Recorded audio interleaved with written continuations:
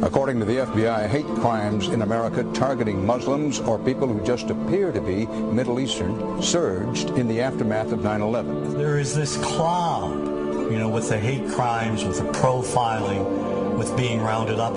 Again, I think this illustrates the power of film, that in spite of the reality, in spite of the material that we know to be true, we still embrace the mythology. The mythology is still a part of our psyches. Stereotypes take a long time to wither away. And for many of us, we're comfortable with our prejudices. We don't want to change. We've grown accustomed to this face.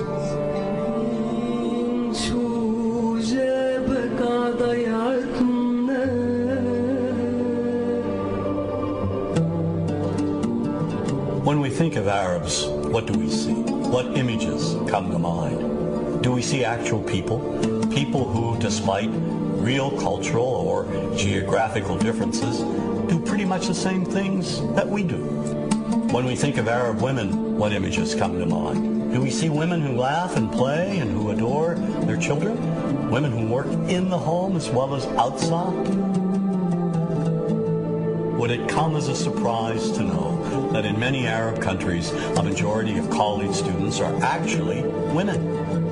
What's our immediate image of Arab men? Do we see loving fathers? Men who want to provide for their families? What about Arab teenagers? Do we see them the way you would think about teenagers in other parts of the world? Then there's religion in the Arab world. Do we see it as all-encompassing, dominating everything else? Do we know that even though faith plays a huge role in the Arab world, just as it does here in the United States, that it's also true that much of the Arab world is quite secular? When we think of Arabs and religion, does Christianity come to mind? Do we remember that there are over 20 million Christians in the region who have lived side by side in harmony with Muslims for centuries? To their credit, some filmmakers have shown Arabs and American Arabs in all their complexities. An excellent way to shatter a stereotype is through laughter, through comedy. So we have comedians. Comedians have done this historically. Black comedians, Jewish comedians. So we see Arab comedians doing this, and this is one way to release the tension. My name's on a credit card, true story. Guy behind the counter picked up my credit card, sees the Olive Garden, looks at me all weird. He's like, hey, buddy, what kind of name is, that?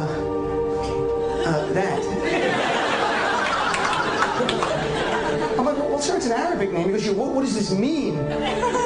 So I'm like, well, translate it to English? It means peaceful, friendly Arab?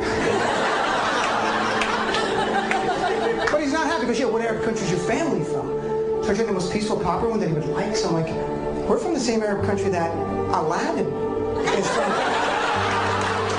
To his credit, Michael Moore in Fahrenheit 9/11 in the DVD includes a scene with this comedy coming out. My name really is Ahmed, and I can't fly anywhere.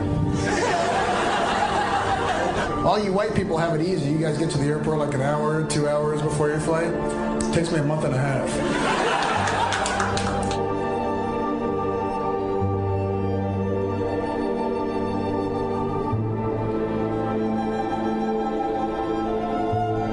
Nous vivons dans un monde qu'on peut critiquer, qui est le monde de la dérision. Vous le savez bien, et dans les médias, je dirais le monde de la dérision, on se moque de tout. Le fait que ça se fasse me satisfait. Parce que ça veut dire que nous avons, qu'on est libre. Peu à peu. Il faut qu'on soit beaucoup plus sage que ça, qu'on rentre pas dans ces provocations. Et c'est pour ça que... C'est l'autocensure, ça, Jamel. Tu comprends ce que je veux dire? Si on commence à pas faire de dessin pour pas choquer les musulmans... Non, c'est-à-dire que pour moi... C'est de l'autocensure. C'est la fin de la liberté d'expression. Pour moi, la liberté d'expression, la liberté d'expression et le respect font partie, sont mariés ensemble. Moi, je suis pour la liberté d'expression. Mais si je vais blesser une personne, pourquoi blesser la personne? Non, mais si moi j'ai envie de faire une caricature sur Mahomet ou sur un rabbin ou sur Jésus-Christ, il faut que j'ai le droit de le faire. Tu comprends? C'est ça la France. Quand tu sais que tu vas blesser 10 millions de personnes, pourquoi tu vas les blesser? Pourquoi? C'est la liberté, c'est ça. C'est la liberté de...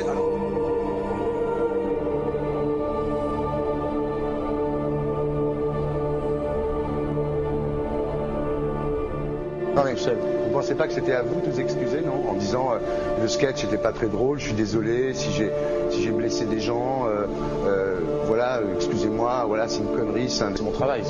Mais vous referiez pas le même sketch quand même? Mais le spectacle que je fais reprend en grande partie les lignes de ce sketch. Mais il y a un truc que je comprends pas sur cette affaire, c'est qu'à aucun moment vous avez senti le besoin de vous excuser et que vous en avez rajouté. C'est tellement surprenant, c'est tellement inadmissible que j'en suis choqué. Voilà. Dans un pays où on peut parler, on peut s'exprimer. Et là, pourquoi tout d'un coup, sur un sujet, on ne pourrait pas s'exprimer sur ce sujet? Vous savez bien pourquoi on ne peut pas s'exprimer. Pourquoi?